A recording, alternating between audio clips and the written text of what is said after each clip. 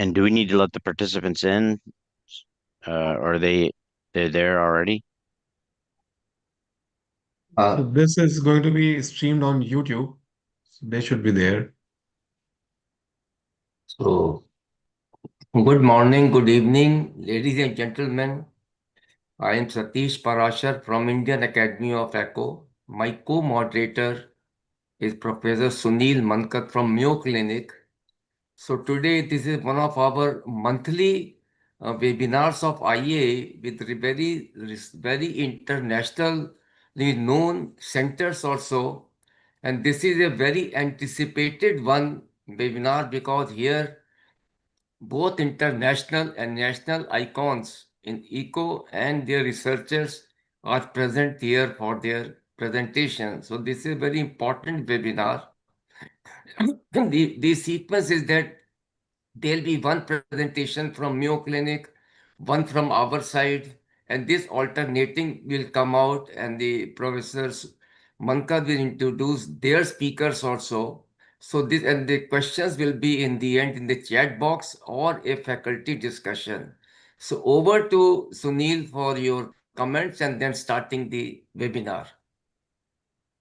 Thank you so much, Satish, and to the Indian Academy of Echo, really one of the premier echo societies in the world. Well, it gives me great pleasure to introduce our next speaker, certainly a mentor of mine and known throughout the world internationally, Dr. J.K.O. Dr. O is, of course, a professor of medicine. He's the named Samsung Cardiovascular Chair here at Mayo Clinic. He's been a Lifetime Achievement Award winner from the American Society of Echo, as well as the European Society of Imaging.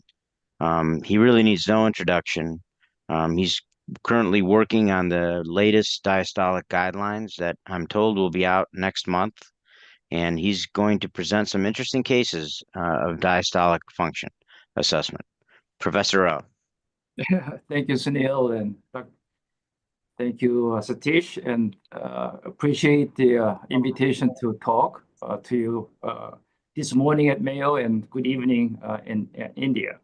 So I'll be sharing several cases to reflect some changes that we will be making in the new guidelines. I cannot show you the exact algorithm before its publication next month, as Sunil mentioned, but I'll discuss what changes will be in the particular guideline you'll be seeing next month here. So this is my disclosure. So let's just start with the first case of a 56-year-old woman worsening dyspnea. And I just want to have you take a look at the E velocity and A velocity and the mitral inflow velocity is there. And then with the two-dimensional echocardiogram, preserved ejection fraction there. So, initially when Dr. Liv Hadley and Chris Appleton published this Diastology paper on echocardiography in 1988, they did all by mitral inflow velocity alone, right? But the problem of mitral inflow velocity is this. This is the progression of mitral inflow velocity from normal to grade 1 to 3. And not every, but most of the left heart disease, whether valve or myocardial or infiltrated cardiomyopathy, they undergo the same type of process of diastolic dysfunction. But the main problem of the mitral inflow velocity was a pseudo-normalization, because we cannot tell, just looking at the mitral inflow velocity, whether this is grade 2 or truly normal diastolic function. That's where really the annulus velocity really help us, because you can tell that the E prime velocity, I'm just showing you the medial E prime velocity, early diastolic velocity of the mitral annulus has an inverse correlation with the tau, which is the invasive measure of myocardial relaxation. And the main difference between the true normal and the pseudo-normalized mitral inflow velocity is the normal versus the reduced myocardial relaxation, as really elegantly shown by Dr. Son many years ago when he was with us at the Mayo Clinic. You can see that the march lymph velocity, again, E velocity goes down first, and then E velocity increase gradually with a very short descent time, the smaller A velocities. But the pseudo-normalization or all grade of diastolic dysfunction here has the reduced mitral lymph velocity, the annulus velocity, E prime velocity. So we can tell whether this mitral lymph velocity is a truly normal with a normal E prime velocity or reduced E prime velocity, indicating reduced myocardial relaxation. So if we can go back to the first case, 56-year-old person with a shorter breath there, and this can be either truly normal or pseudo-normalized, but the E prime velocity 11, complete normal relaxation, and then we don't really need anything more in this case because a patient's normal relaxation of E prime velocity, and then with a mitral lymph velocity like this is a truly normal diastolic function. You may want to confirm this normal diastolic function by looking at a couple other parameters. Here is the TR velocity. There's another important parameters there of the 2.8 meter per second as the cutoff points. And most of the patients with the increased filling pressure, TR velocity is greater than 2.8 meter per second. So normal TR velocity, normal systolic pressures, normal relaxation, and also we emphasize the left atrial reservoir strain. Normally, a normal person has about 40% or greater. This is a 50%, really great systolic bouncing over here. And we'll be using the LA reservoir strain of 18% as a specific parameter to indicating increased filling pressures. So let's just go to the next case. This is a case that has some messages. The 33-year-old woman, patient with a reduced EF. EF maybe about 20%. And the mitral lymph velocities look similar to what I already showed you, right? And I think that using the current guidelines or the things that we already know from previous teaching, patients with an EF of 16% or 20% here on your left, mitral lymph velocity has to be grade 2 or grade 3 diastolic dysfunction because E velocity is high, because the E-over ratio is the first things to look at when EF is low. But problem is about 25% of our patients with reduced EF, we found out, they actually do have a relatively normal diastolic function. So if you look at the E prime velocity of this person, E prime velocity is 8 centimeters per second with a E-over prime of 8. So probably lower than what you expect for a 33-year-old person with 8 centimeters per second, but it's still good enough to fill the ventricle okay for this patient. So we have to call this patient as a normal diastolic function, the normal filling and normal filling pressure for this 33-year-old with an EF of 15 to 20%.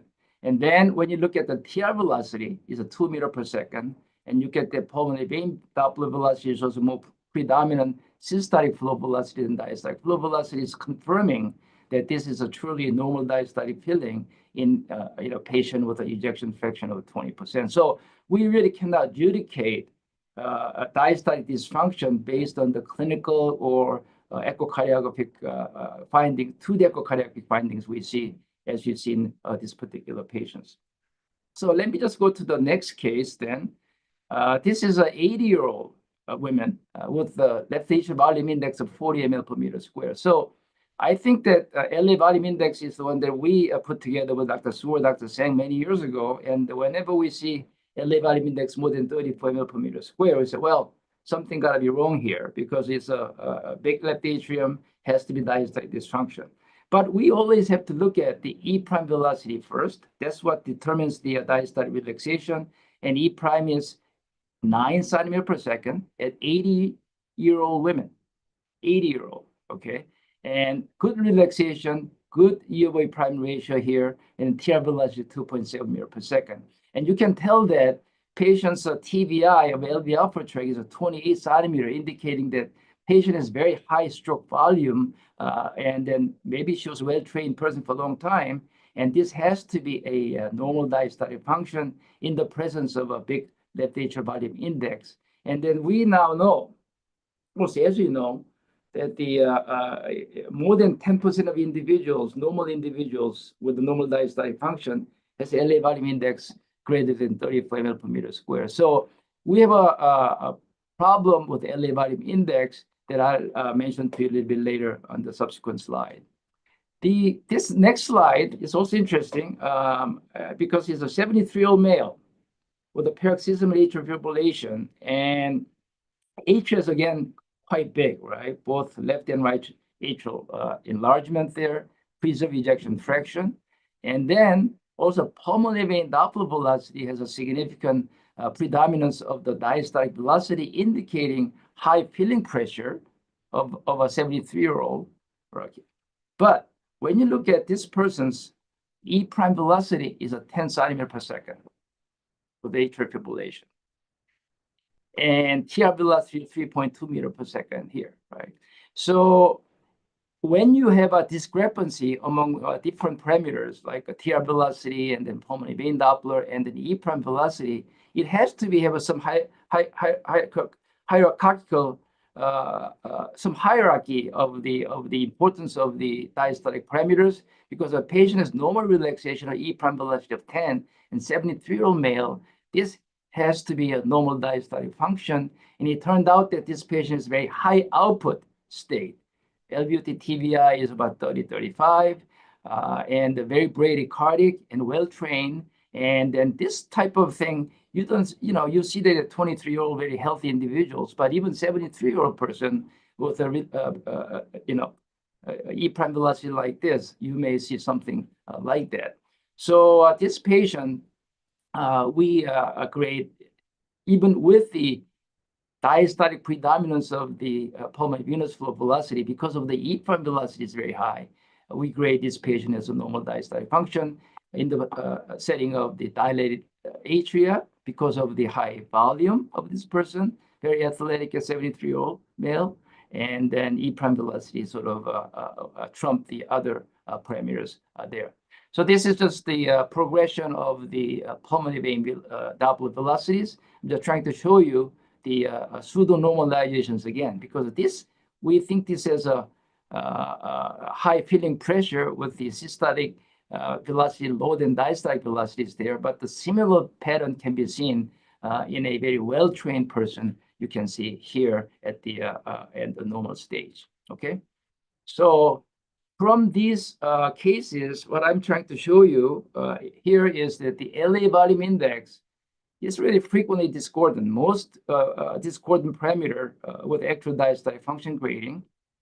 So the committee decided not to use LA volume index as a primary parameter. And if LV relaxation is normal, meaning medial E prime velocity is normal and diastolic function is most likely normal, it trumps the other parameters.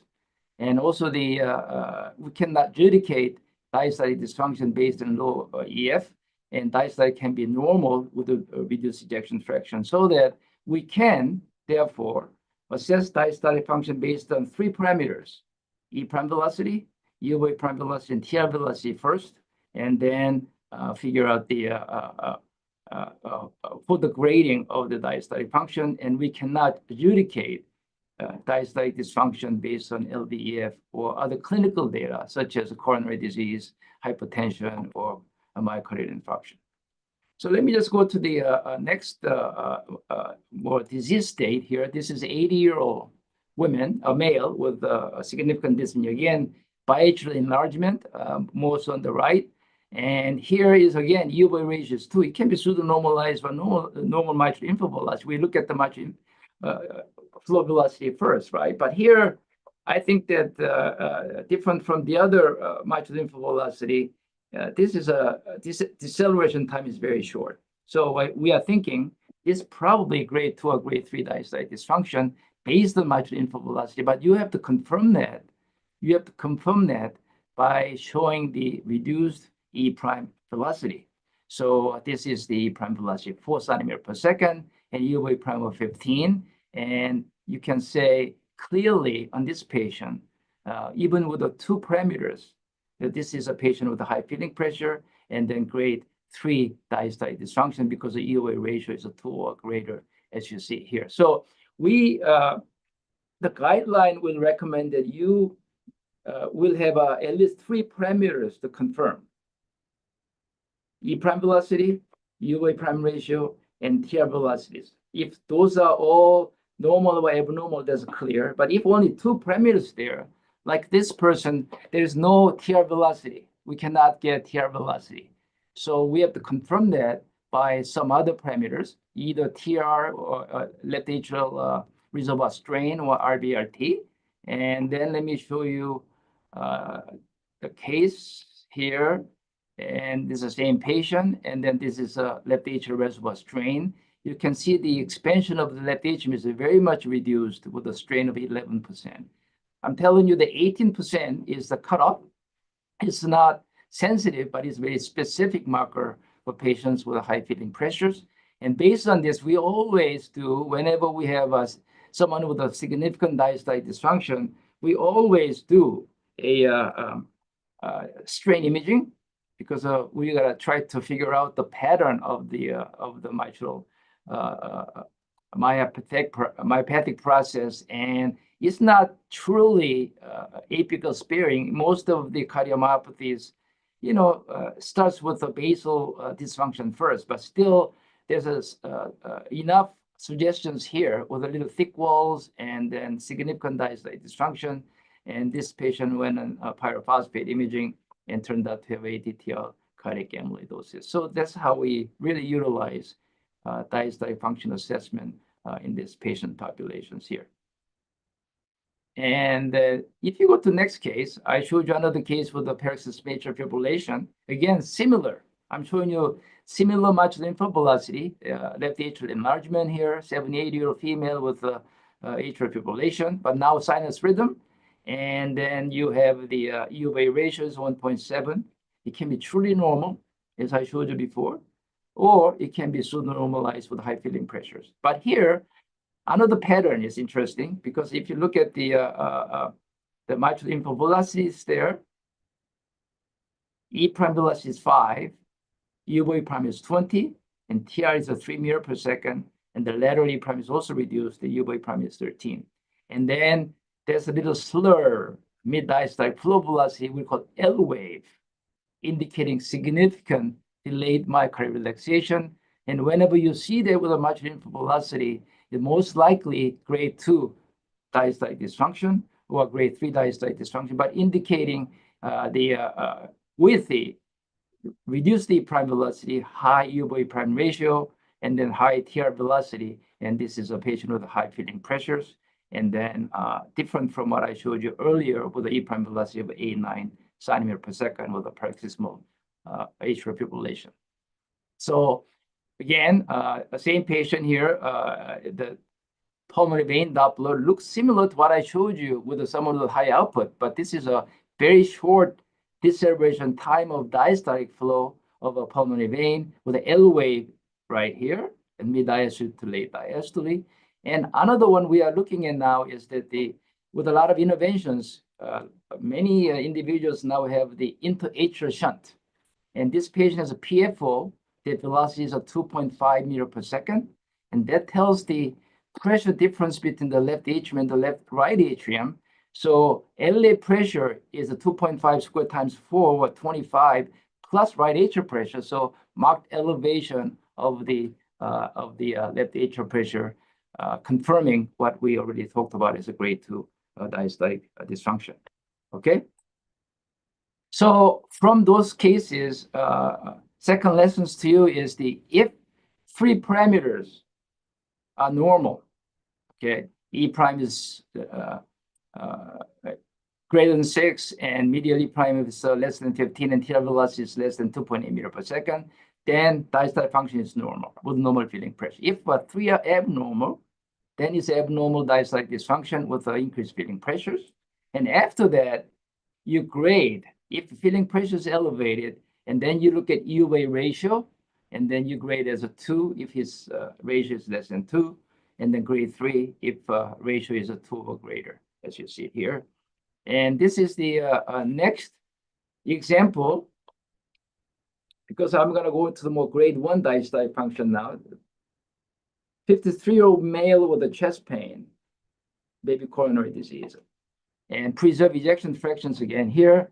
And here, EOA ratio is 0.7. I think that most of times when we see that EOA ratio is less than 0.8, E velocity is much lower than E velocity, we can actually tell just based on marginal inflow velocity, this is a grade 1 diastolic function, right? So we like to just confirm that because, you know, when you have a grade 1, then you have the E prime velocity should be low, reduced at 5 centimeters per second. Relaxation is reduced, and U-boy prime is normal because filling pressure is not elevated, and pulmonary vein shows more systolic predominance over here. And so this is a truly grade 1 diastolic dysfunction. I'm showing you this case because I like to compare that with a next case of patient with coronary disease. And again, 0.7. Only difference here is that E velocity is 60, 65 centimeter per 70 centimeter per second. The other patient has a 40 centimeter per second with the same U-boy ratios there, right? So I used to call this as grade 1 just based on mitral inflow velocity. But when you look at the E prime velocity is 4 centimeter per second, U-boy prime ratio is 17, and TR velocity is 2.9 meter per second. This patient has all three parameters, E prime, U-boy prime, TR velocity, all three of them is abnormal. In this case, this patient has a grade 2 diastolic function. We used to call this as a grade 1A because similar to what grade 1 configuration looked like in mitral inflow velocity, but we grade this as grade 2 diastolic dysfunction and consistent with the increased filling pressures. So from those few cases I just showed you, the third lesson is that if E prime velocity is only abnormality, is a 6 centimeter per second or lower, with a medial E prime velocity of less than 15, U-boy ratio, and TR velocity less than 2.8, and then U-boy ratio less than 0.8 indicates grade 1 diastolic dysfunction. Okay, it's pretty easy there. But if E prime velocity is only abnormality with the U-boy ratios of 0.8 or greater, or two parameters abnormal of 3, then you have to use other parameters to confirm. Okay, so here I'm showing you those 4 parameters. We're going to have a secondary parameter as a P vein, reservoir strain in the left atrium, and RVRT, and LA volume index. Those are the 4 parameters you look at, and then you know, evaluate that with other parameters to assess the diastolic function or filling pressure of these patients. Let me just finish up with a few clinical applications then, as I showed you here. And then this is the 55-year-old person, short of breath. I took care of her about a couple years ago. Short of breath, came in pleural effusion. And when you see this, preserved EF, thick walls, you know, E prime is a 5, U-boy prime is 30, and TR velocity 2.9. If you cardiac cath this person, wedge pressure about 25, and this patient has high filling pressures, and this is a increased filling pressure with no problems, and U-boy ratio tells us that this is grade 3 diastolic dysfunction. This is really a slam dunk diagnosis of the HFpEF, just based on echocardiography. Okay. So this is how we use the mitral inflow velocity and tissue Doppler and TR velocities there. And this is a 79-year-old person, a physician that I saw some time ago. This is grade 1 diastolic dysfunction because it is E prime is only abnormality. U-boy prime is normal and TR velocity is normal. Okay. If you look at the previous guideline, 2016 guidelines, the 4 parameters, left atrium is normal here too. So 3 parameters are normal. We call this normal diastolic function in 2016 guidelines. But I already told you that if E prime is already reduced, we cannot call this a normal diastolic function. We got to go to the these 3 parameters, and U-boy ratio is 0.8, and this is grade 1 diastolic dysfunction. This is a patient, very important, because this is individuals that exercise and high chance of getting into high filling pressure. About 50% of patients with a HFpEF do have a grade 1 diastolic dysfunction echocardiogram and becomes a grade 2 or grade 3 with exercise. So we really cannot call that as a grade 1 diastolic dysfunction, a normal diastolic function when UA ratio shows the 0.7 here. And this is a data just published this month showing that the grade 1 diastolic dysfunction asymptomatic person with Olmsted County has a 20-year follow-up. They have almost 7 times higher hazard ratio of 7.8 compared to the normal diastolic function in terms of a cardiovascular mortality. So it's very, very important to identify those patients. I think I just want to show you this exercise testing because you have grade 1, that's the individuals who exercise most of the times, and goes to grade 2. You see that? E prime velocity does not change much. U boy prime goes from the 13 to 21, and TR velocity increases here. Okay. Interesting thing is that I followed this patient, 73-year-old. Year later, patient comes short of breath. And resting echocardiogram looks almost identical to exercise Doppler studies. E prime velocity didn't change. Patient comes back 3 years later. Atrial fibrillation now, much worse. But the E prime velocity is higher. So you have to remember that E prime velocity is higher in atrial fibrillation for given myocardial relaxation because it's only one diastolic velocity at the from the annulus there, and then low cardiac output makes the TR velocity a little bit lower. So let me just show you the atrial fibrillation. Then we're looking at the U prime ratio from medial E prime of 11 as a cutoff, not 15, because the E prime velocity is usually higher there. And then we use a decel time of 140 millisecond and TR velocity and RVRT as you see it right here. And then this is a simultaneous Doppler showing the decel of 120, high TR velocity, and medial E prime is 8, and U prime is 12, but the wedge pressure is 25 millimeter mercury. Okay. All right. Just final word is that I'm supposed to talk to you about the constriction, but others are going to talk. The main difference of constriction is that while the myocardial disease has a reduced E prime velocity because relaxation is reduced in all patients with the myocardial disease, but the patients with the constrictive pericarditis increases E prime velocity. I'm sure we'll have some discussion there. So my time is up. So let me just quickly, some of me show these parameters that we do have a constrictive pericarditis. We can discuss that later. And then let me just finish this one up. And in terms of the other clinical application of prognosis, and look at this. This is 1991. We already showed that the diastolic function is a prognostic for the cardiac amyloid with the decel time. And then we show with the coronary disease and ischemic cardiomyopathies, U prime, and then deceleration time, prognostic. And in patients with aortic valve stenosis and congenital heart disease, prognostic. And also the patients with the constrictive pericarditis, E prime velocity is very, very prognostic. So I think we have done really well. And I don't know whether, this is what Sunil sent me yesterday about 10 o'clock at night.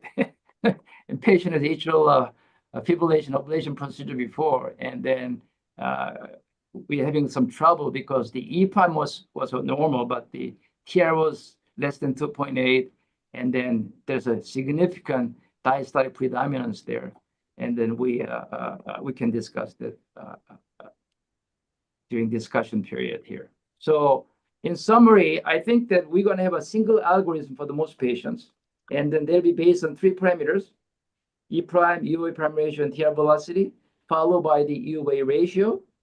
And if all 3 are normal, then normal diastolic function. All 3 are abnormal, then increased filling pressure grade 2 or grade 3.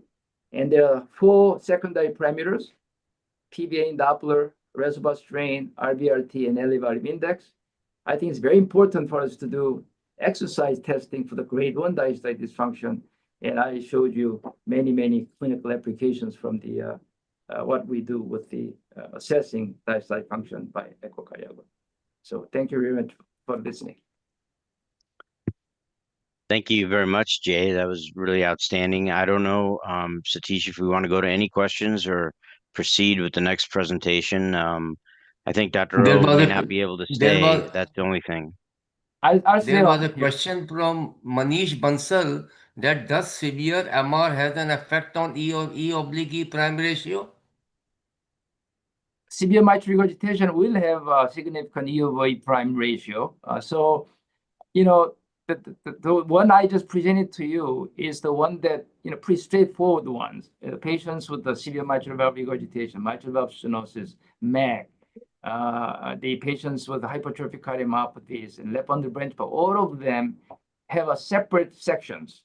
And I think that with the severe mitral valve regurgitation, though, TR velocity still works because if filling pressure goes up and TR velocity will increase in most of the patients anyway. So we use some other parameters, but we cannot use an E over E prime of 15 as cutoff. E over E prime is a 17 and TR velocity 2.2 with the severe mitral valve regurgitation. Then we have to think about that more.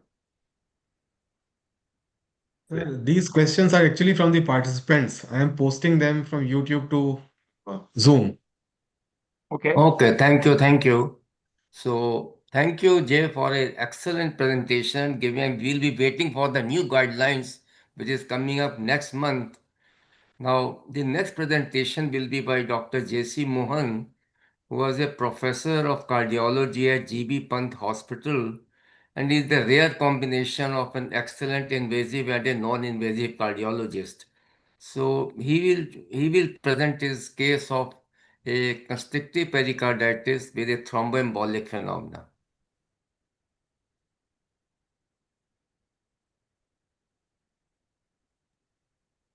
Dr. Mohan sir, please unmute yourself.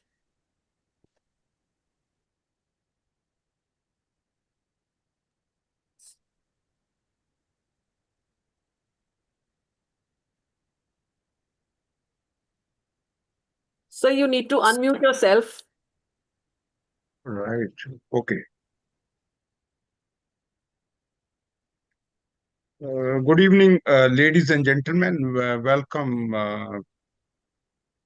to this IAE webinar. I'm going to present to you a case with a message, and message is that constrictive pericarditis is a critical prothrombotic state. I have nothing to declare with regard to this presentation. Constrictive pericarditis is a prothrombotic state we have known for quite some time. In last 40 years, many cases have been described with central venous thrombosis in association with constrictive pericarditis, right heart thrombi, and pulmonary thromboembolism.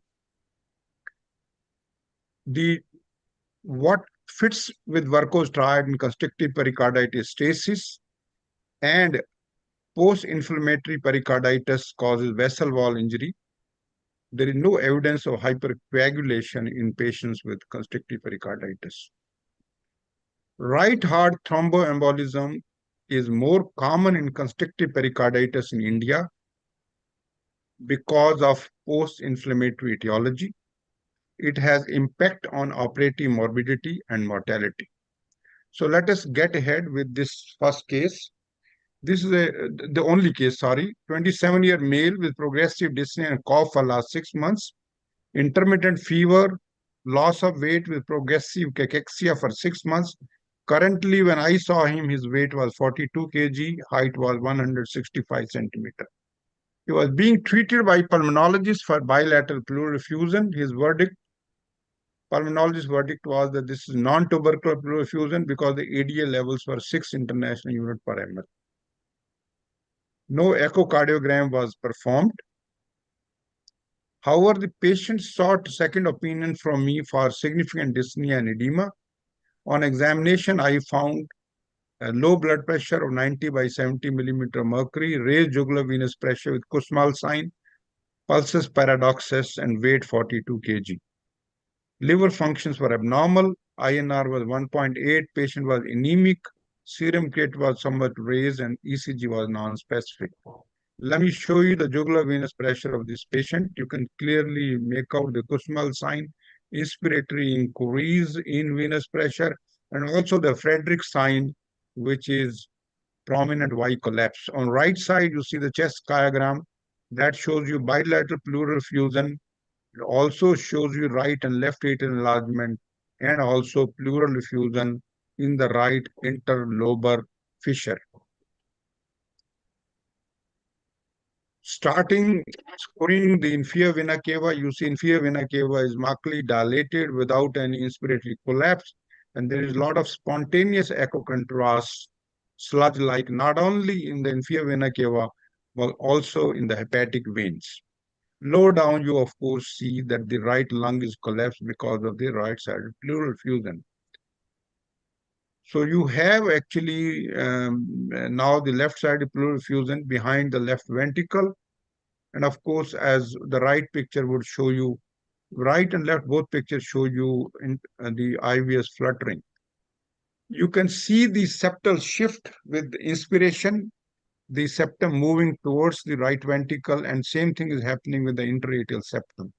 So this is a biseptal respiratory shift, which is supposed to have diagnostic significance in constrictive pericarditis. The interesting thing is that the two papers from Mayo Clinic, the initial one had a sensitivity which was modest, very high specificity.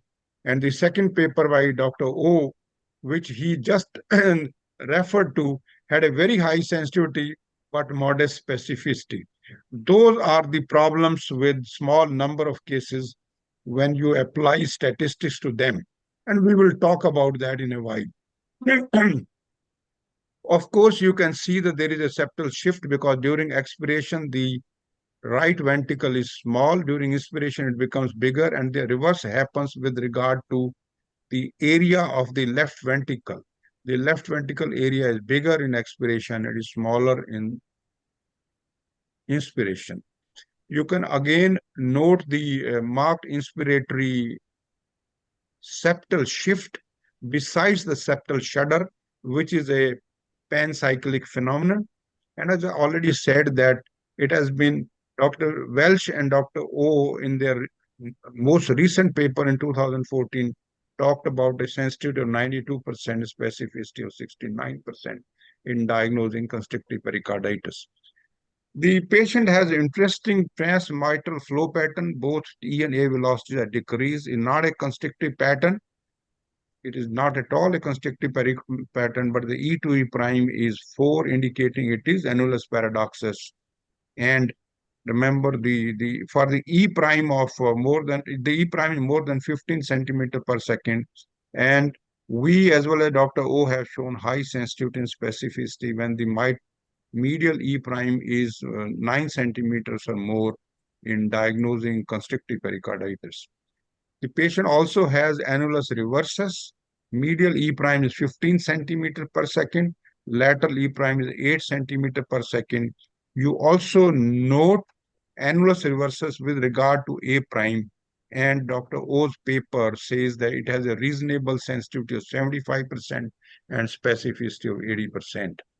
So here is a typical constrictive pericarditis, but we also want to point out something which we reported long back, 18 years back, me and Dr. Partho in JACE, multi-wave tissue Doppler pattern, diastolic pattern of medial annulus, which is characteristic of constrictive pericarditis. And here you can see in diastole 4 waves because of excessive recoil of E and A waves. Here is another patient. This is not the same patient, another patient showing you same polyphasic waves in diastole suggestive of constrictive pericarditis. We come back to our patient. Our patient has complete diastolic flow reversal with no respiratory variation. In systole, the systolic wave is antigrade. In diastole, it is completely, end diastolic wave is completely reversed with no respiratory variation. Pattern is a pattern of right ventricle restrictive cardiomyopathy rather than constrictive pericarditis. We would not discuss this issue. This is Dr. Welch and Dr. O's paper indicating that in case you have medial E prime 9 centimeter more with ventricle septal shift, then this has a significant sensitivity, 87%, specificity of 91%. So we believe our patient has constrictive pericarditis. The interesting thing is this meta-analysis, which is largely based upon the Mayo data, which says that septal shift has a sensitivity of 82%, specificity 78%, Septal E prime more than 8 centimeters, sensitivity 83%, specificity 90%. Annular reversus has a modest sensitivity of 74%, specificity 81%. Hepatic flow reversal of more than 0.79 and expiratory sensitivity 73%, specificity 71%, lower than what Dr. O and Dr. Welsh actually mentioned in their study. We go on to our patient, and you see in the four-chamber view acoustic speckle tracking. The lateral wall shows much less longitudinal strain. The values are more like 0 to 2, -2 compared to the septal strain. And this is what is called LV strain reversus. And it has a reasonable sensitivity and specificity in diagnosing constrictive pericarditis. We also show you the right ventricle strain reversus. The right ventricle free wall strain, again, because the right wall free wall is tethered, you hardly see any strain. There is all the three segments show strain less than -2%, with significant strain present in the interventricular septum, again showing you RV strain inversus. And this also has some degree of sensitivity and specificity. Here is the right ventricle sensitivity of 76%, specificity 85% shown. And of course, the left ventricle strain reversal shows a sensitivity of 89%, specificity of 96%. Moving on with our patient has severely constrained left atrial filling during ventricular systole, and the patient has a left atrial reservoir strain, which is 0. And that is interesting because typically in constrictive pericarditis, that doesn't happen. That can happen in restrictive cardiomyopathy. So our patient has some of the features of restrictive cardiomyopathy. But we know because of the typical septal shift and other parameters and E prime that this is not restrictive cardiomyopathy. The left ventricle has an ejection fraction 32%, and the global longitudinal strain in four-chamber is -8%. Okay, the interesting part is you see this rounded structure in the right atrium that is somewhat mobile. It is 1 centimeter into 1 centimeter. You do not see its attachment anywhere. Probably it is attached to the RV free wall. You do not see any structure in the right ventricle suggestive of a thrombus. But note outside the pericardium, not only pericardium is thickened, but you do see increase as echogenicity of the pericardial space. That is because of the exudates. So here is the frozen picture, the still pictures of the right atrial mass, which is most likely a thrombus present in the right atrium in systole and diastole. So the patient also has mitral regurgitation and tricuspid regurgitation. Just to mention that more than 70% of constrictive pericarditis have functional atriogenic mitral and tricuspid regurgitation. CT scan of this patient shows you thickened pericardium, some pericardial effusion, bilateral pleural effusion. You can see the thrombus in the right atrium attached to the right atrial free wall. And also there is a big embolus occluding the right pulmonary artery. The radiologist also mentioned several subsegmental pulmonary arteries having thrombi, but I wasn't convinced of that, so I thought I would show you only the thrombus present in the right pulmonary artery.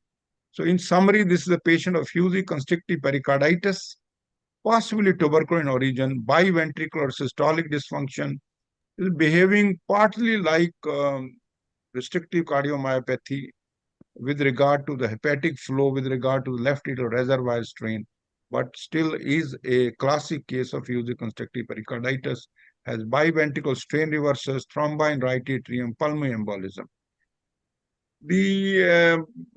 It's not that uncommon. This is a series from Chandigarh of 5 cases reported with right atrial thrombi and proven on surgery.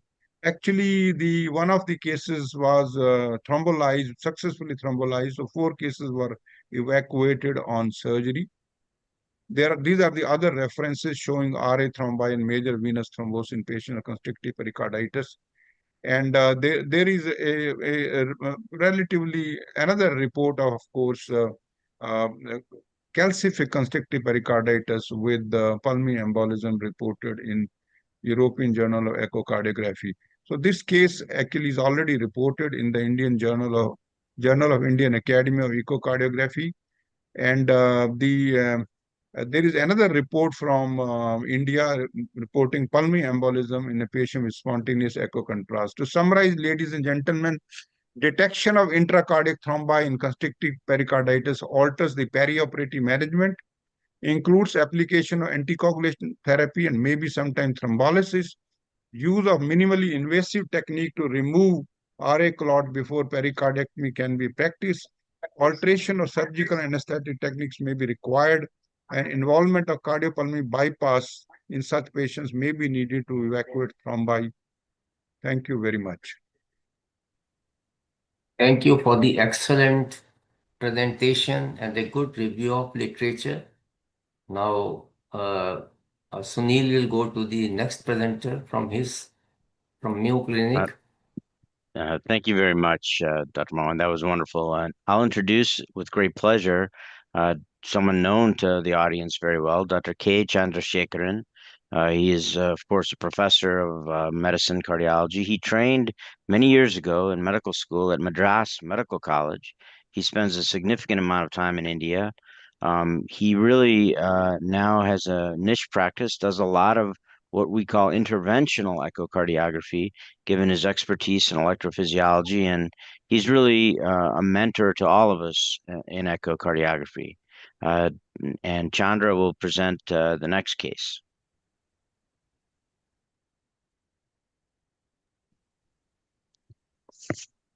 I think I'll share the slides, Sunil, I think. Yes, thank you so much. Where do I don't see the button for sharing. That's interesting, actually. It's usually in the bottom panel if you move your mouse to the bottom. Yeah, here I see it now. Okay, very good. Thank you.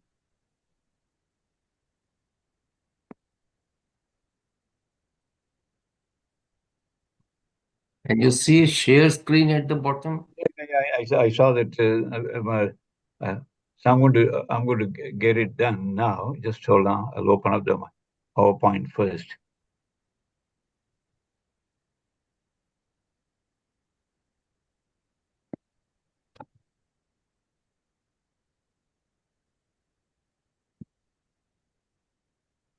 Okay. Yeah. Well, I think it's a small case, but it will drive you I want to drive the point home that we cannot ignore atrial fibrillation. This is a lady, 77-year-old lady, who presents with 3 to 4 months of early satiety, fatigue, and she also has got peripheral edema over the last 1 month. The interesting thing is she has got sinus node dysfunction, paroxysmal atrial fibrillation, for which she had a permanent pacemaker, dual chamber pacemaker placed in for 10 months ago. Past history is relevant only for GERD and cured hepatocellular carcinoma. No left heart symptoms at all. Blood pressure is about 110 to 136. Obviously, she's in atrial fibrillation with her ventricular rate not well controlled, and bilateral brows and trace edema. Now, this is her ECG. When she came, her labs are within normal limits. BNP is elevated, but you can't say that with the atrial fibrillation.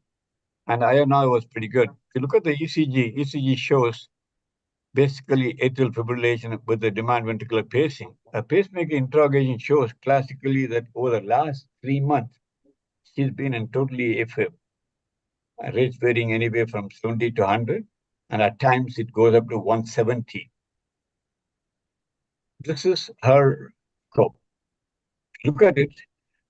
LA is large, and RV outflow tract size is slightly enlarged, and mitral valve is okay. IOT valve is closed, and non-coronary cusp is restricted somewhat, but there's no significant stenosis. And coronary sinus is dilated. And if you look at the four-chamber view, there's a Mayo way. LV is on the left side, RV is on the right side, and LA and RA. This looks like a biatrial enlargement, suggestive like a restrictive morphology in a 77-year-old female with no obvious history of hypertension, but they may have. So, and then you can see the pacemaker lead. Although the pacemaker lead moves back and forth, anterior leaflet of the tricuspid valve and septal leaflet are coopting very well.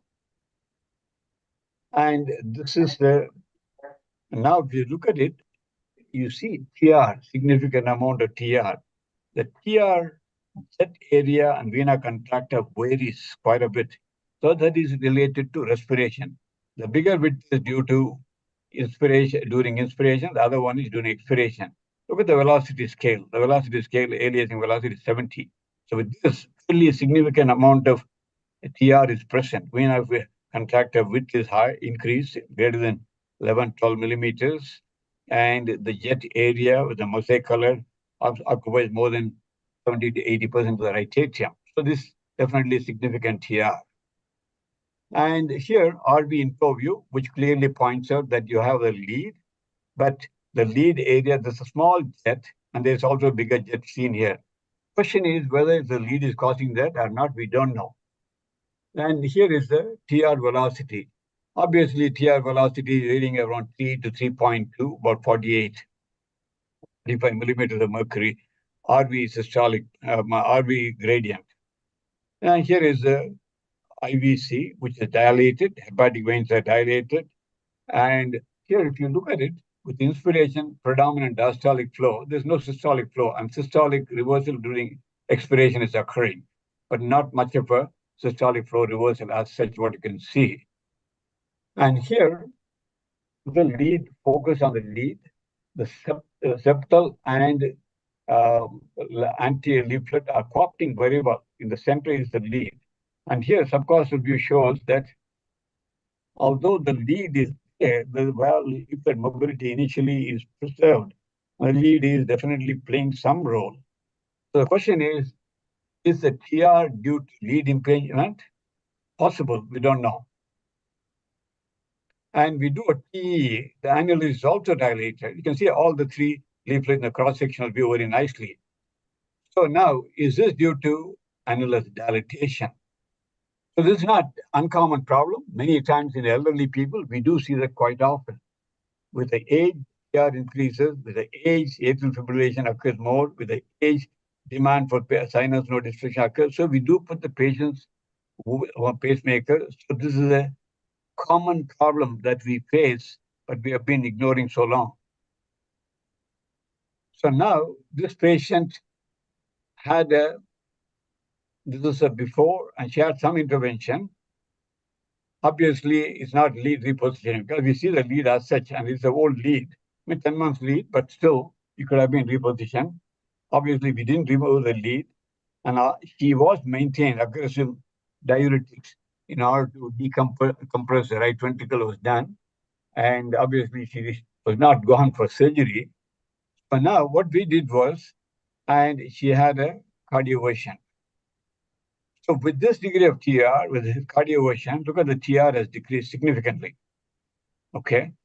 So now we have a patient here with the atrial fibrillation, which is enhancing the TR somewhat, may be related, may not be related to the lead, or partly exaggerated by the lead. So that will be made worse by atrial fibrillation. So this is a study which was done in 2019, published by Dr. Tupelsky, Malouf, and Serrano from our Olmsted County. The Olmsted County, the burden of tricuspid regurgitation in patients diagnosed with TR in the community setting, there are about 417 patients over a period of 1990 to 2000, 10 years. If you look at it, with age, TR increases. These are all valvular lesions. TR increases with age. So the prevalence of TR in a normal population less than 75 with a mild TR is about 70 to 80%. Moderate TR is about 1 to 2%. Above the age of 75, it goes up to 4 to 5%. And if you look at the valve etiology in them, isolated ER related to organic, it is present about at least closer to 5 or 6% among them. The death, failure, and so it's about 11 to 12% of the AF. All of them are increased. When they looked at the outcome, the survival rate, those who had a significant TR, which is greater than, I think, ERO they used was not ERO, it's a moderate to severe by color flow looking at it. When it was moderate to severe, their outcomes are far worse than mild TR. Now, this is the Sheba heart study, which they looked at basically over 21,000 patients over a period of 10 years. This is basically from Israel. And they looked at the patients to look at those who had AF, those who did not have AF. Among the patient, 21,000 patients, 2,800 patients had AF. The rest of them didn't have AF. Those who did not have AF, mild TR, progressed very little, whereas the patients with AF progressed significantly. This didn't have any relationship with the pre-existing pulmonary artery pressure. In other words, patients with a normal pulmonary artery pressure, which we normally tend to think, well, this patient has got mild to moderate TR, PA pressure is normal, so we can watch, we can treat. Those are the patients at a higher risk because the progression is much more higher.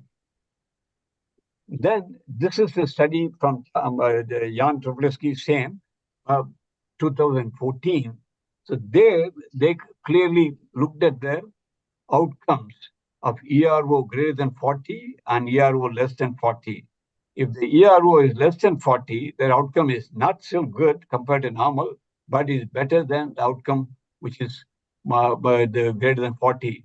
Similarly, major cardiovascular events are also significantly increased by TR. Moderate to severe TR is of no good. Even mild to moderate TR progression occurs quite a bit.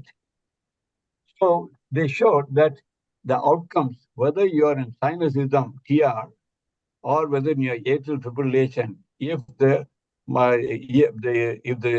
tricuspid regurgitation is mild to moderate, the outcomes are not very good.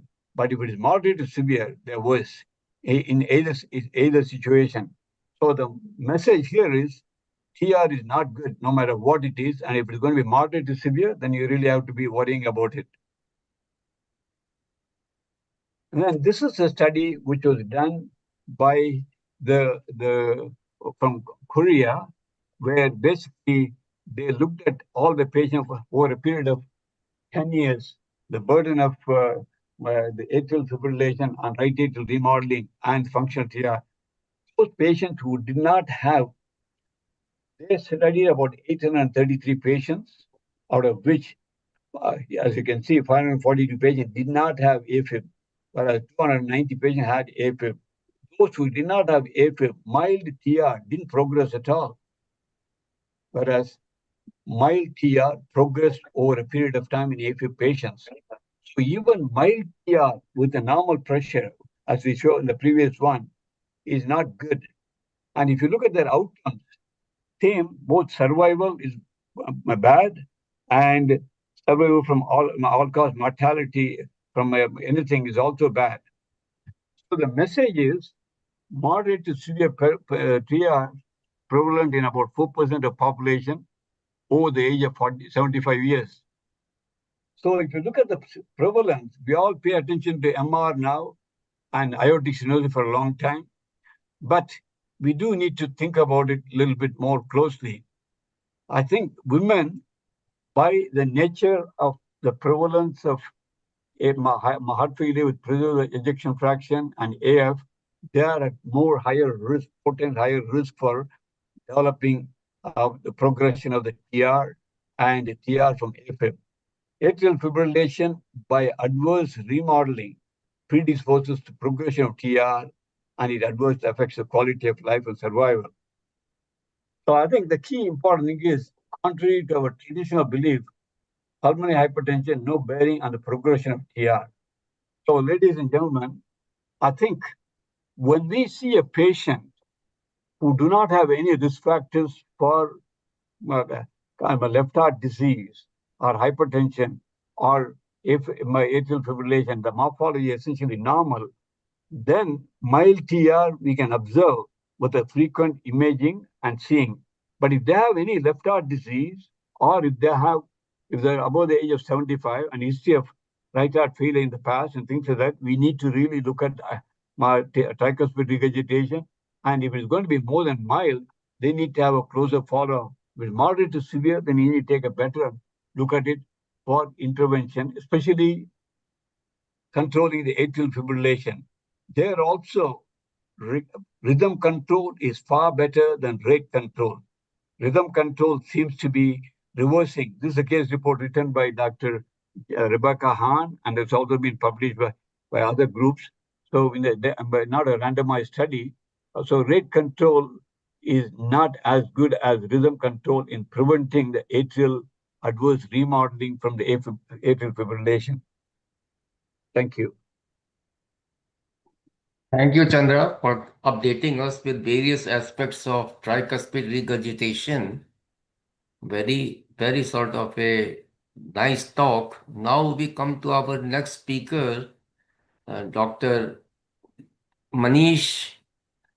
He is one of the pillars of cardiology and non-invasive cardiology at Medicity Medanta.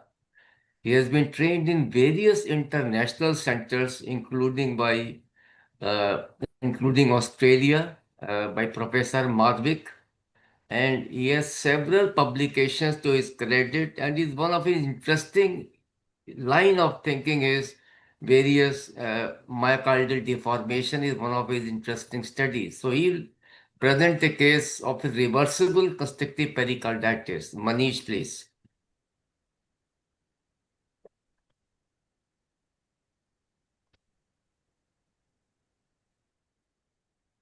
Okay. Yeah.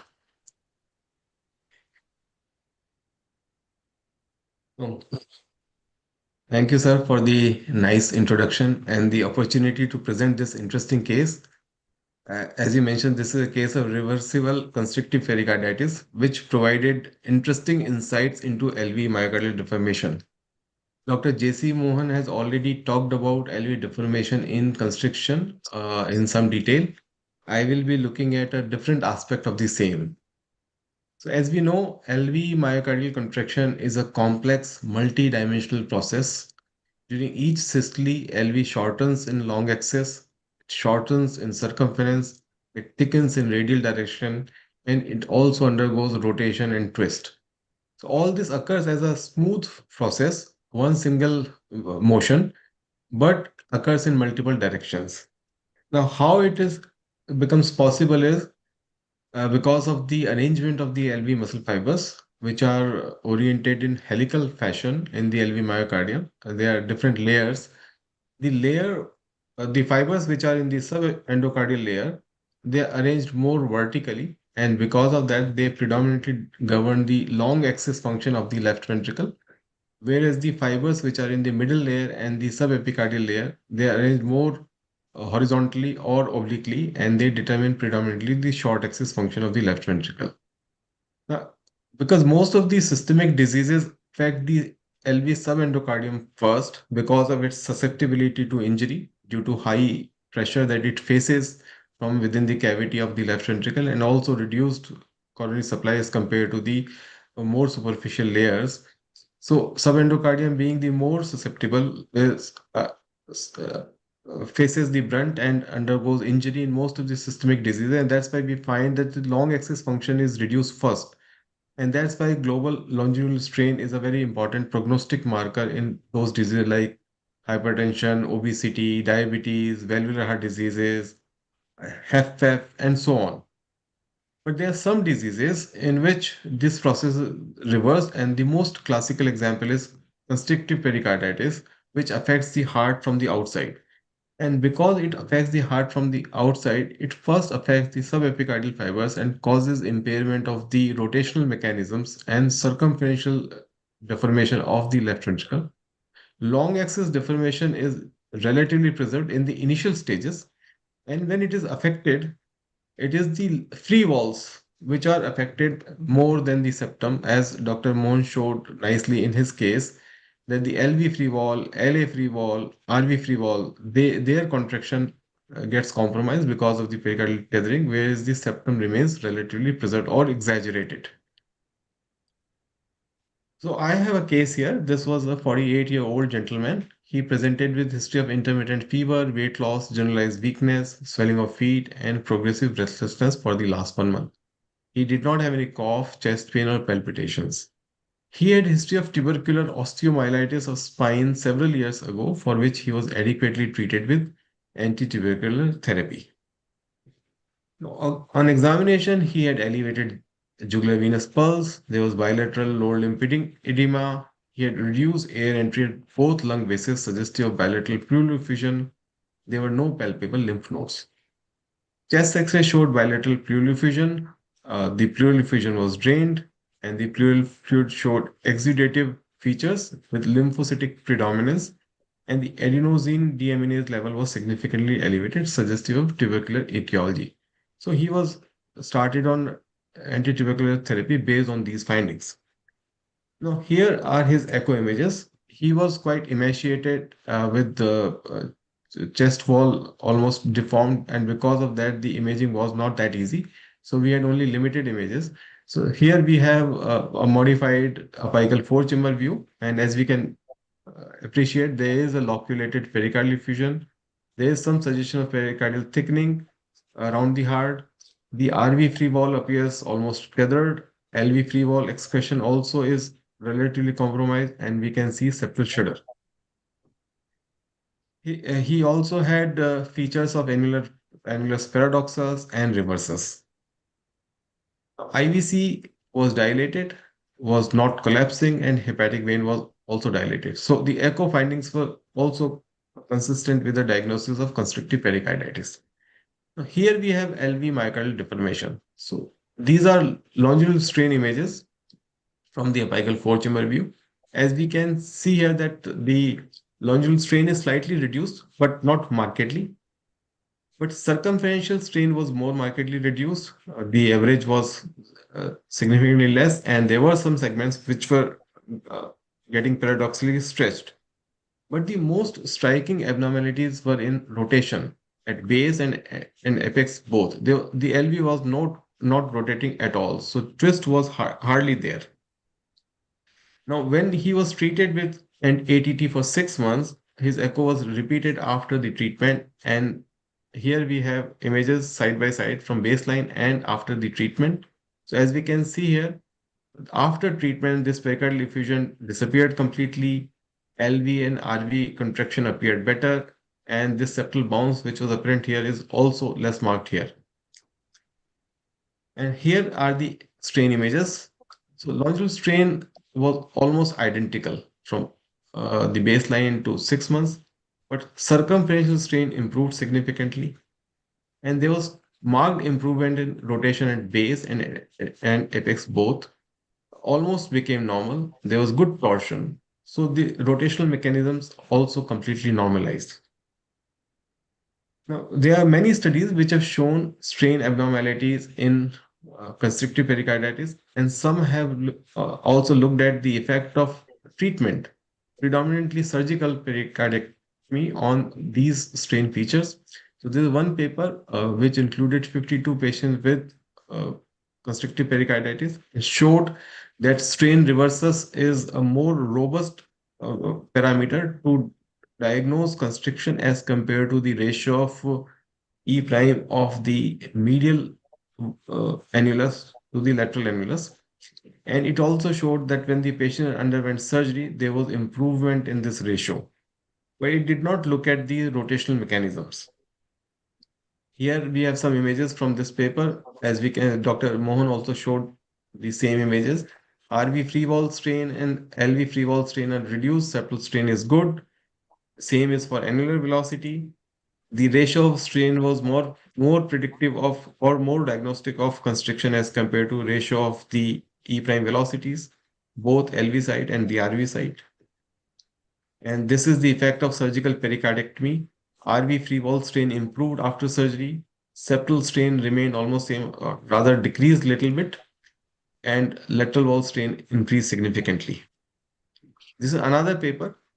Against 52 patients with constriction, looked at LA free strain. It showed that LA free wall strain was reduced as compared to LA septal strain at baseline.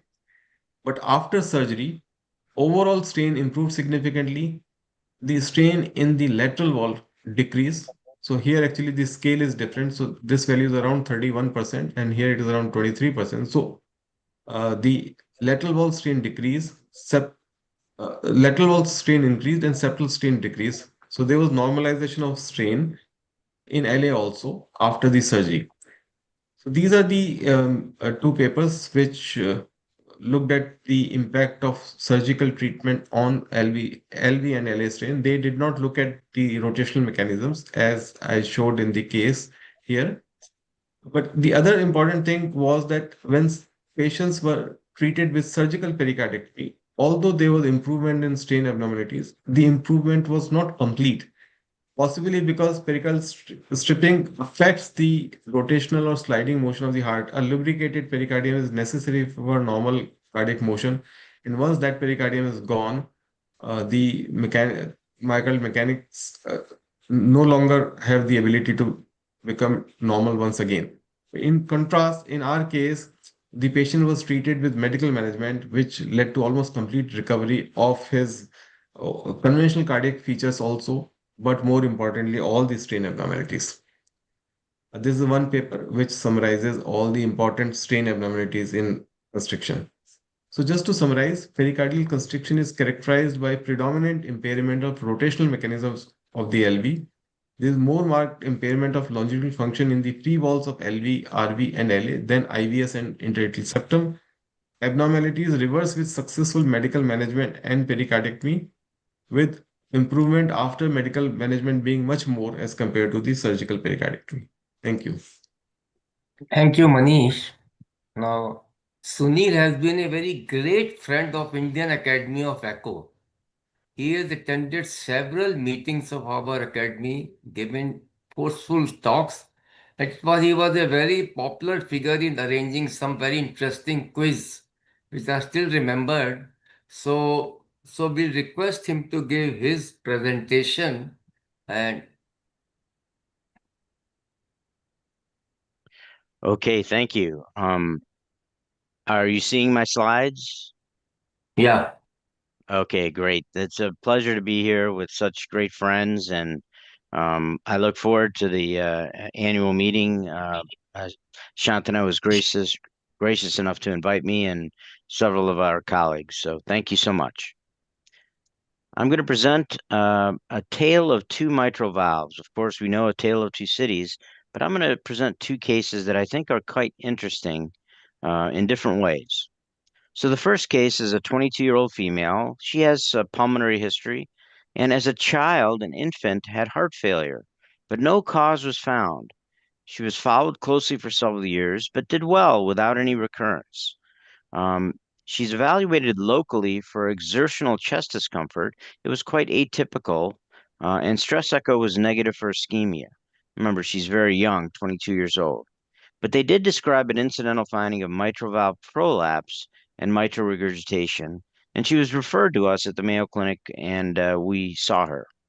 Her vitals were really unremarkable. Normal blood pressure, heart rate, and exam revealed a blowing murmur at the axilla, but no diastolic rumble was audible. Her EKG was also quite unremarkable, just showed sinus bradycardia, perhaps some left atrial enlargement, and PACs, but otherwise was normal. Chest X-ray also unremarkable. There was a pectus deformity that did accentuate the heart size, but there was no left atrial enlargement. Really, it was a negative chest. So we proceeded to the echo. So on the left-hand panel, we see a parasternal long axis view and kind of an unusual motion of the mitral valve. I'll let you look at that. Certainly, it also appears a little thickened. On the right-hand panel, we zoom in on that mitral valve. I want you to pay attention to its motion. There was mitral regurgitation. And here's the short axis view up at the base of the heart. Pay attention to the commissures. Here, moving down a little bit more to the mid-level. And here we see right at the mid-level, good LV systolic function. And now the apical views. Once again, here's the mitral valve. You see the somewhat restricted opening, kind of a characteristic finding. Pay close attention to it. Here's a little 5-chamber view. We see the LV, LA, and then the unusual mitral motion. And here, again, some apical 2-chamber views shown here and zoomed in. Once again, showing the papillary muscles and the mitral apparatus. Definitely some unusual and restricted mobility. And the mitral regurgitation quantified in the moderate range, the low moderate, but here is just a representative image from the apical views.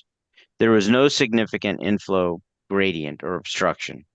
The mean mitral valve gradient at most was 1. So now we'll just have you think about this in your mind. Could this be a parachute mitral valve? There was a disease as an infant. Could she have had rheumatic mitral valve disease?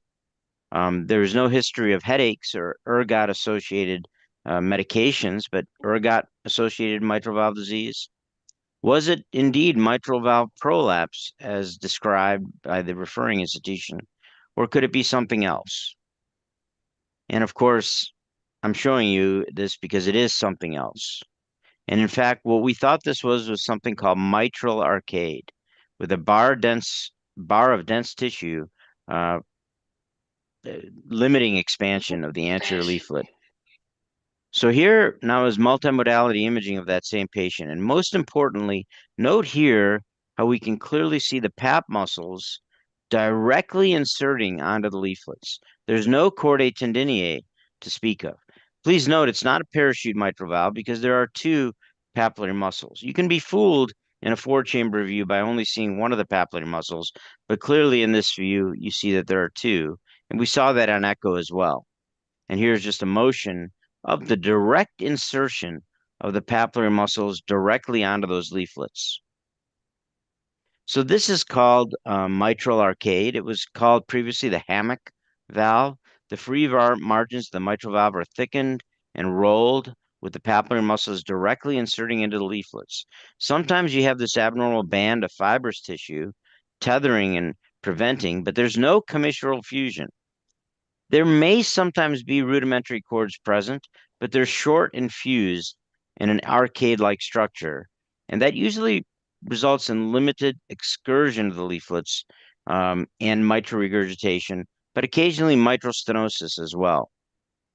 Now, this is a rare disease, but it can be confused with rheumatic, and that's one of the things to look at. Here is a classic rheumatic mitral valve, and in the long axis view, parasternal long, it doesn't look that different than the mitral arcade that I showed you. But we'll look at it in a short axis in a moment. Now, parachute mitral valve, the key is there's only one papillary muscle.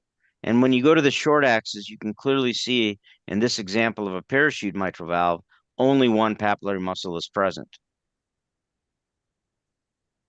Now, the short axis view is very different in these entities. For instance, in rheumatic, you see commissural fusion. Thickening of the leaflets is present as well, but their commissures are not open, as in our patient they were. And here's a parachute valve with only one papillary muscle. So this has been described, and I gave one of the choices, ergot derivative, used to treat headaches primarily, but other medications as well. And they sometimes can have some similar type findings, thickening of the leaflets. In this example, it's the aortic valve and the mitral valve involved. And there was AR that was quite significant, and in this case, very significant MR. And in our patient that I'm showing you here with ergot-associated disease, the tricuspid and pulmonic valve were involved as well. But you see the thickening of the leaflets of the mitral valve, severe MR. and in this case, some degree of stenosis as well. But it can be a little different. Here I show you a TE in a patient that went to the operating room for ergot-induced valve disease. You see that thickening of the leaflet, and it can be confused with rheumatic, but there is chordae tendineae that are present, unlike in our patient. Here's a patient with significant mitral and aortic regurgitation due to ergotamine-induced valve disease. And this valve disease can affect the 5-HT receptor of all the valves, including left heart valves, which are thickened with restricted mobility. Our patient had limited involvement of only the mitral apparatus. So this entity we talked about, this congenital mitral arcade, just to look at it a little bit closer here. Here again is the multimodality imaging showing direct insertion of the papillary muscles onto the leaflets. And here's the surgical in a different patient that underwent repair due to this. You see how the papillary muscles insert directly on the leaflets. The papillary muscles are below, but there are really no chordae tendineae. They insert directly onto the leaflets. Shown here in the congenital format, which is left ventricle below, left atrium above, we can see in a patient that had mitral stenosis due to mitral arcade, the leaflets, the papillary muscles directly inserting on the leaflets, and in this case, quite a high gradient.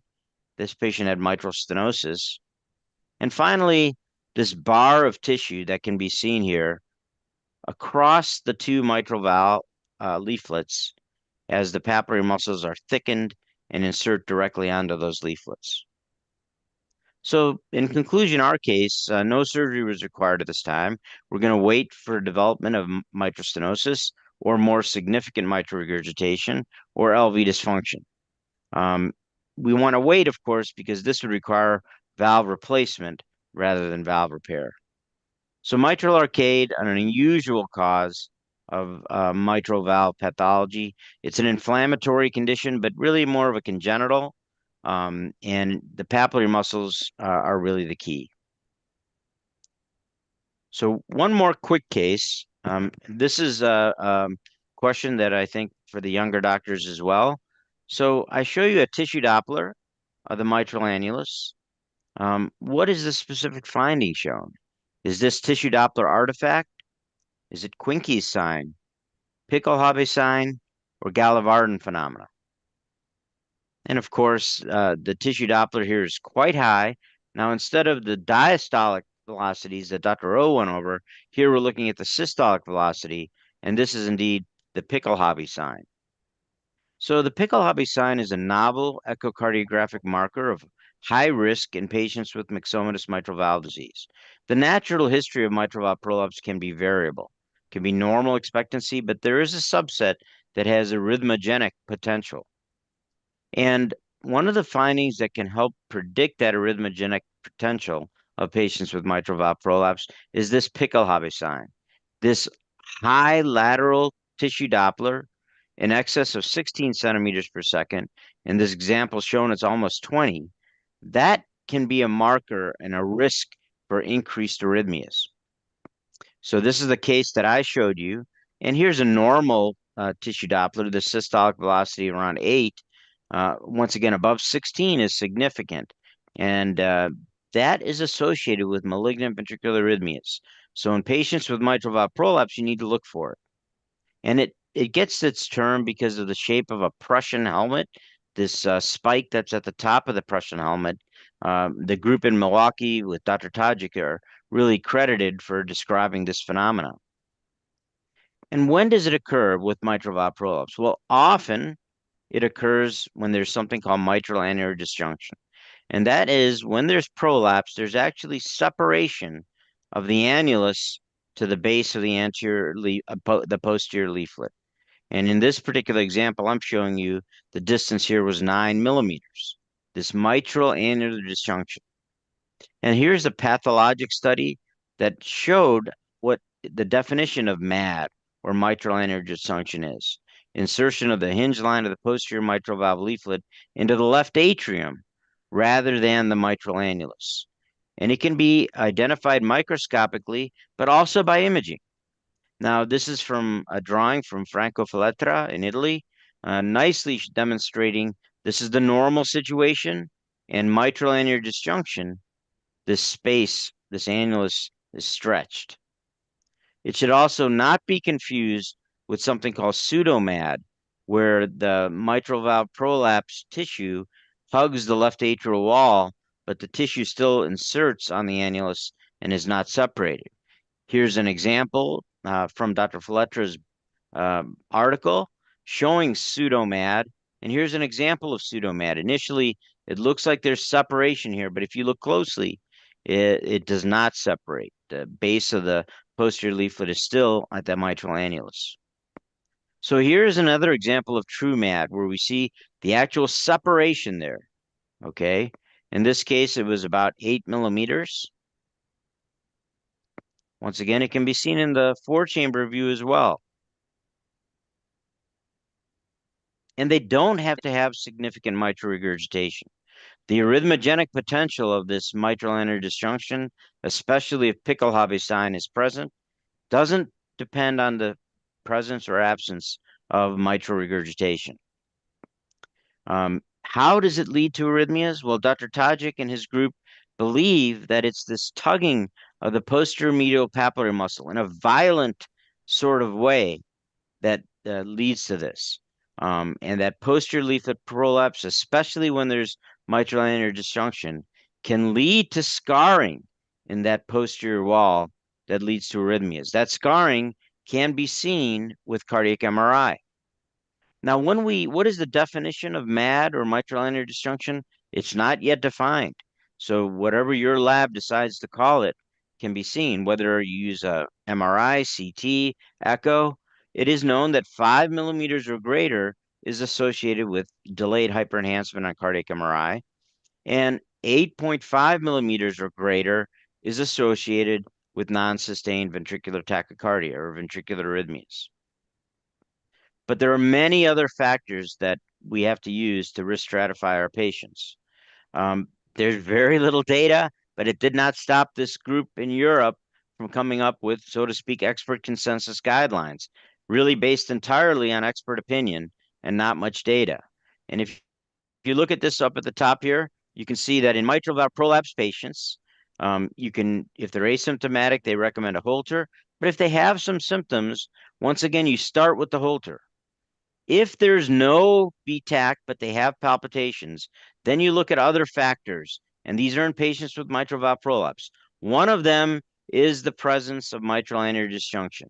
Also, late gadolinium enhancement, the degree of redundancy of the leaflets, but not in this risk stratification model is the fact is whether they have mitral regurgitation or not. Now, if you document VT, then it's easy. You really pretty much always get a loop recorder, and it leads to devices. But if you have these other high risk features, okay, that are present, you have to consider a loop recorder to look for arrhythmias. And once again, that may lead to an ICD or therapy. This is just based on expert consensus. Once again, there's the reference, Europace 2022. My good friend Robert Siegel at Cedars-Sinai wrote a beautiful review paper that I reference here for you as well. And, he just went over the diagnosis in that paper, examples of how you have this mitral annular disjunction. It can lead to arrhythmias, and it has delayed hyperenhancement associated with it. So in conclusion, MAD or mitral valve prolapse with MAD are becoming increasingly recognized. Remember the Pickelhabe sign by tissue Doppler. And while much remains to be elucidated, further testing in your patients is certainly warranted if they have any symptoms of palpitations, and maybe even in general, severe MAD requires further evaluation. Thank you very much. Thank you, Sunil, for the great presentation. Very thought-provoking cases also.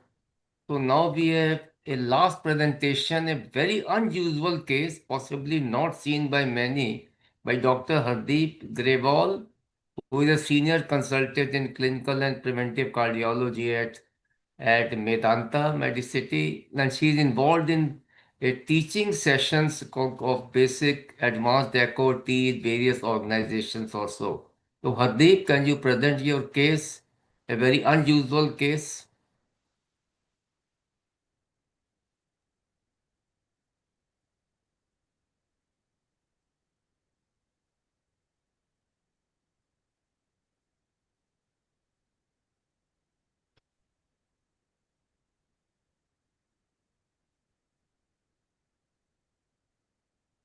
Thank you so much, sir, for the kind introduction. Am I audible to everybody and my slides are visible? Yeah. Okay, thank you. So I'm going to present this unusual case which we came across recently. So this was a 16-year-old male who presented at a local hospital with the 2-week history of low-grade fever and chest pain. He had no relevant past medical history. His initial clinical examination was unremarkable. An ECG was done, which showed sinus tachycardia, but no significant STT wave changes. Chest X-ray showed cardiomegaly. So with this background, patient was referred to us. On arrival, his physical examination was remained normal. In view of history of chest pain and cardiomegaly on chest X-ray, we did echo. So these are the echo images. These are parasternal long axis views with and without color Doppler, and we can see that LA appears to be somewhat dilated, and there is mild mitral regurgitation, posteriorly directed jet, and there is some pericardial effusion along the LV inferolateral wall. So moving on, this is a apical 4-chamber view. Grossly, cardiac chambers appear normal. There is small pericardial effusion along the right atrium, but there was something unusual about the intraatrial septum. This appeared a bit thickened. So when I tilted the transducer posteriorly, I could see that there was a cystic mass in relation to intraatrial septum and right atrium. It appeared as if this mass is embedded in the intraatrial septum, kind of splitting it in 2 parts. Now, when I tilted the transducer further, I could see that this was actually a large cyst, irregular in shape, and with completely equiescent cavity. And in this view, up till this view, I was getting this impression that this cystic mass is intracardiac. But here in this view, it was quite suggestive that this cystic mass is possibly intrapericardial, as we can see here, and which is actually pushing the right atrial wall from behind.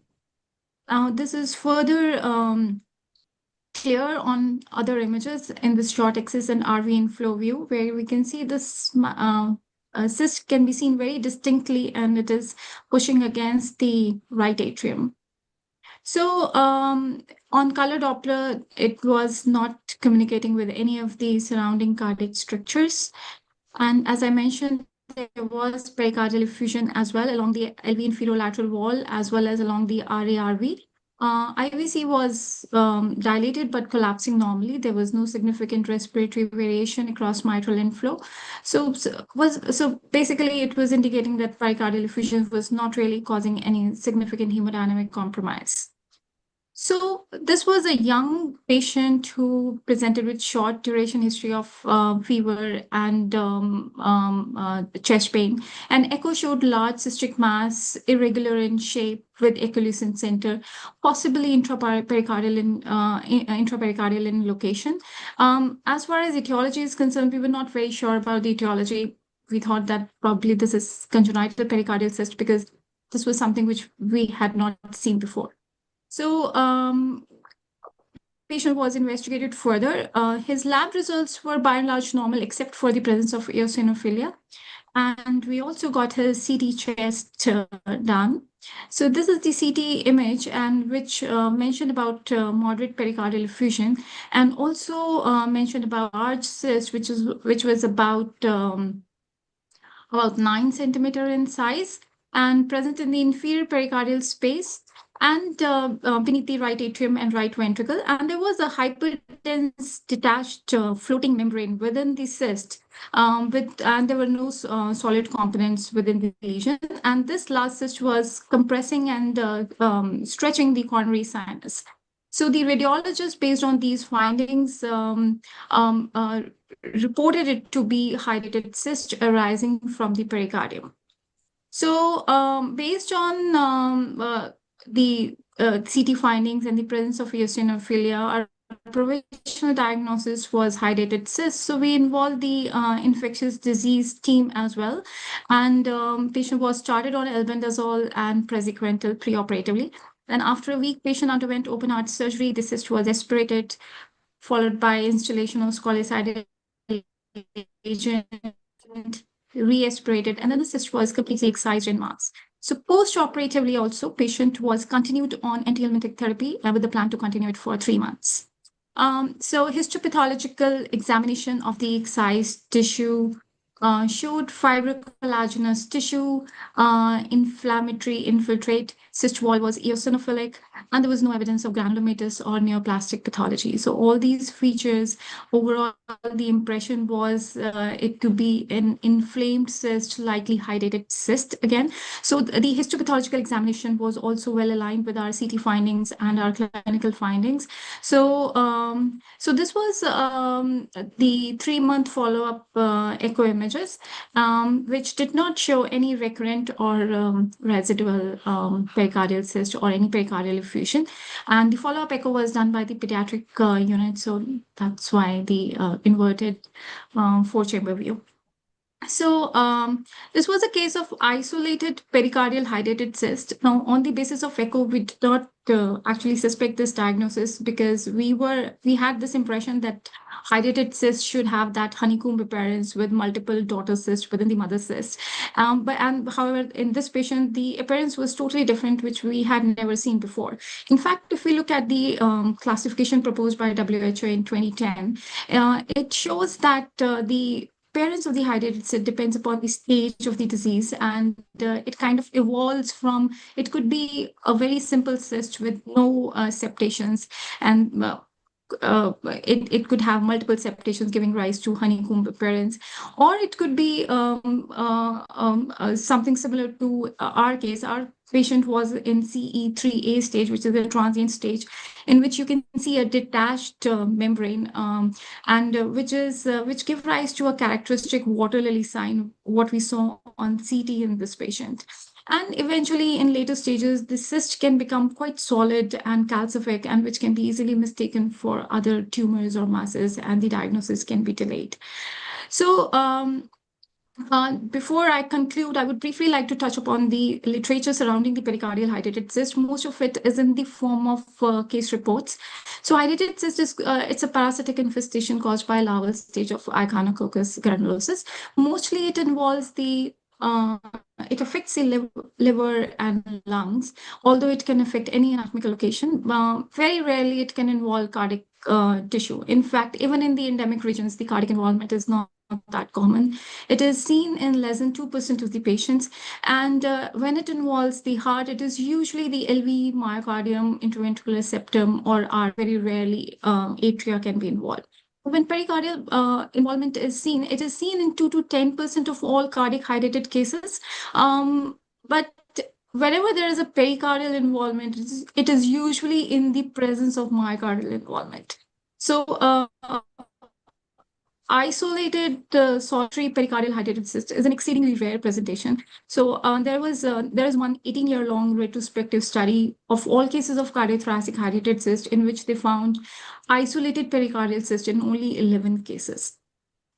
Now, since it is quite rare, but it is we need to have a very high index of suspicion, especially in patients who are coming from endemic regions, because the presentation could be quite varied. Patients, they could be totally asymptomatic, or they may have mild vague symptoms.